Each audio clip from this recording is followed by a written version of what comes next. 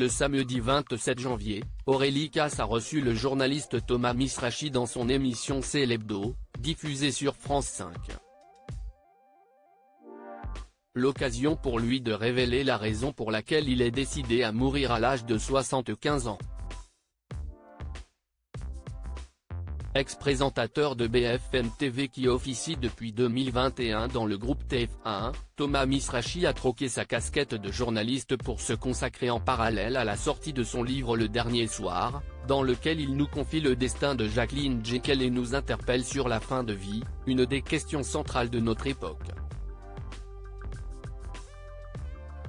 Présent lors de son suicide assisté, il relate les dernières heures d'une femme de 77 ans qui a choisi de mourir et rend ainsi hommage à sa soif d'indépendance et de liberté.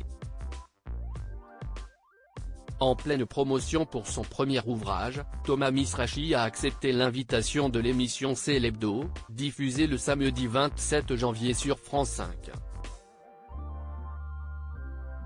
Je ne veux pas affronter ce qui vient après face à Aurélie Casse, le journaliste de TF1 a donné la raison pour laquelle il est décidé à mourir à l'âge de 75 ans. Je ne veux pas des EHPAD, des trous de mémoire, de la vieillesse et des gens qui me torchent, tout ça je n'en veux pas, a-t-il tout d'abord déclaré. Moi, je veux vivre le plus dignement possible, le plus longtemps possible. Je sais que 75 ans, si est tôt. J'espère que je serai en bonne santé à cet âge-là, mais je ne veux pas affronter ce qui vient après. C'est peut-être un manque de courage, c'est peut-être ce que vous voulez. Mais mon plus gros problème, c'est ma petite fille, il faudra que je lui explique tout ça quand elle sera adulte, et quand je serai en mesure de parler avec elle de tout ça. Jacqueline Jekyll, figure phare du combat pour le suicide assisté en France. Jacqueline Jekyll s'était fait connaître du grand public lorsqu'elle avait annoncé aux médias Combini sa décision d'avoir recours au suicide assisté. Militante de l'association pour le droit à mourir dans la dignité, ADMD, elle avait expliqué que la perte d'autonomie était l'une des raisons pour laquelle elle souhaitait mettre fin à ses jours. Même si on vous met dans un EHPAD de luxe, on vous changera, on vous donnera des bains, on fera des séances de yoga, ce sera toujours infantilisant.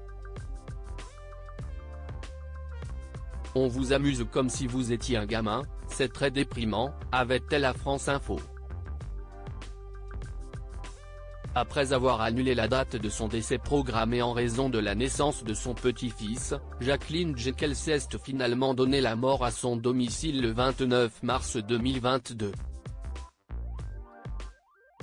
Article écrit en collaboration avec 6médias.